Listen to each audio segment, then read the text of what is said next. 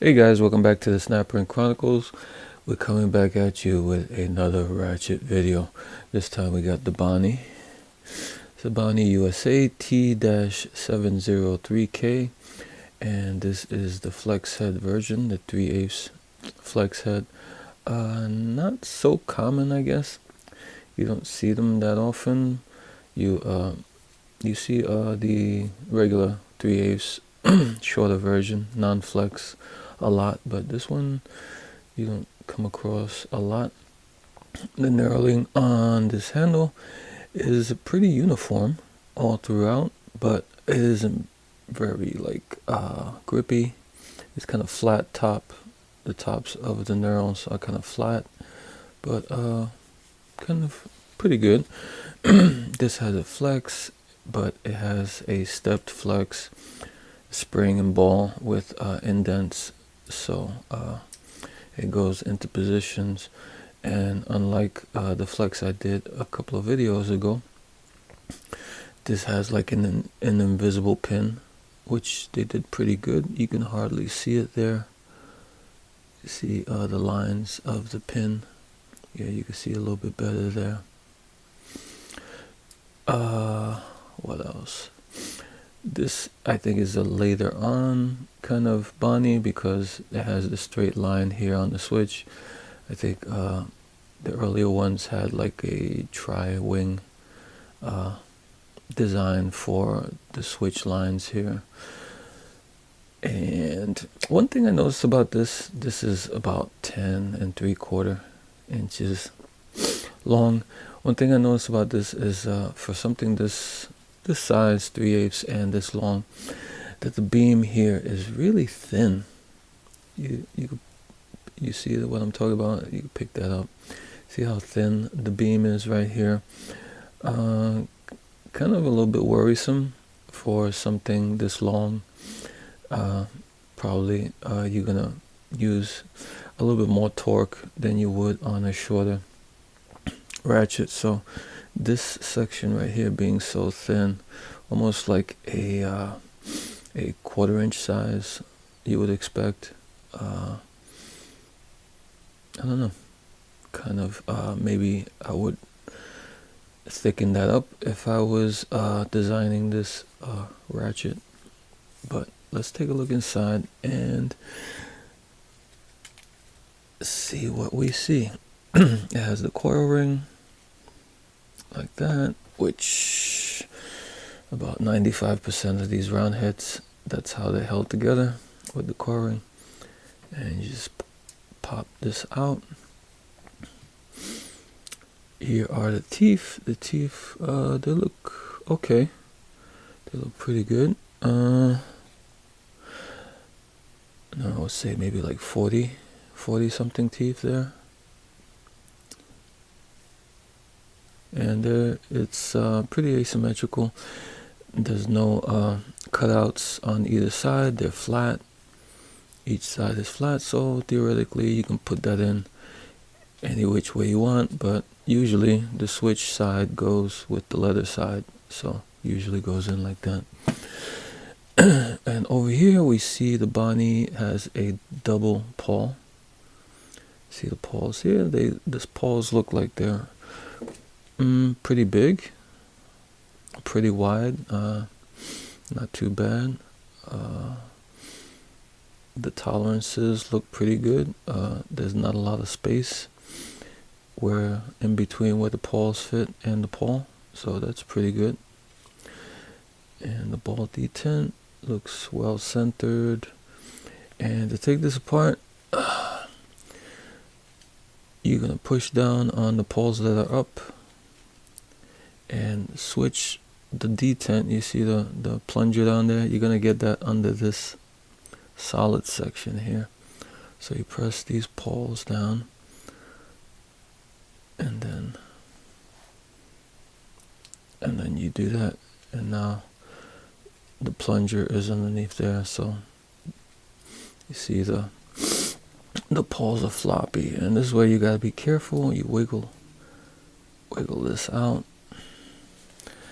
You want to wiggle it out, but you don't want to like just all of a sudden pull it out, because the plungers are under spring tension and they'll probably fly out, and you don't want to be looking for them all over the place.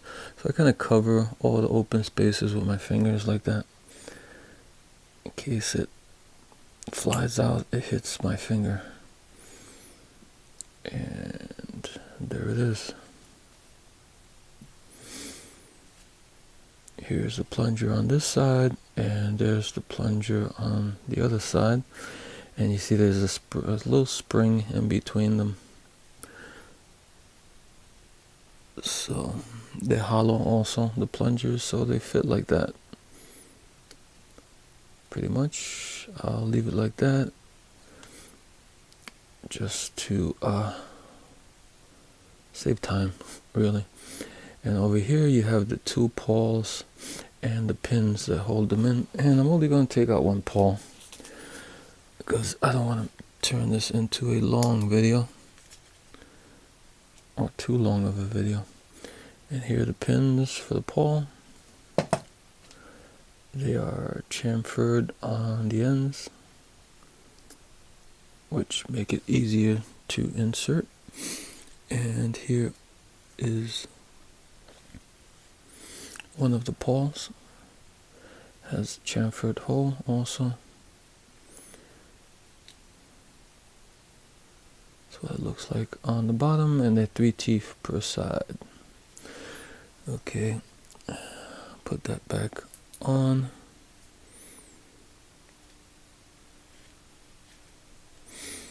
Take the pin,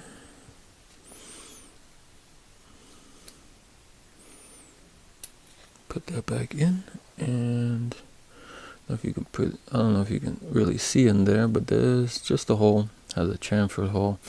Not much to see on the bottom.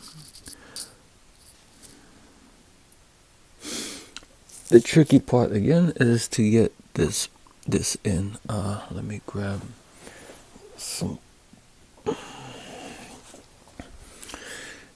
needle nose pliers. So you have to grip them on the bottom plunger and the top plunger and kind of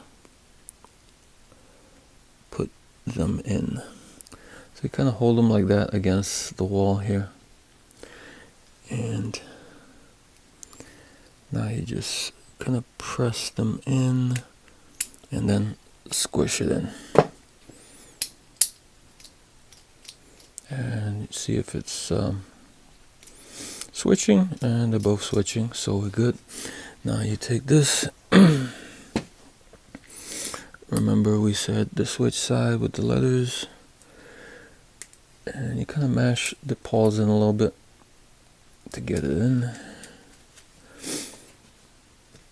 And now where is it? Okay.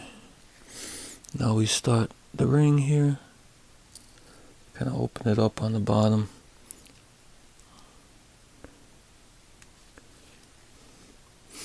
Remember, you want to hold the mechanism on the bottom, because if not, it'll slip through.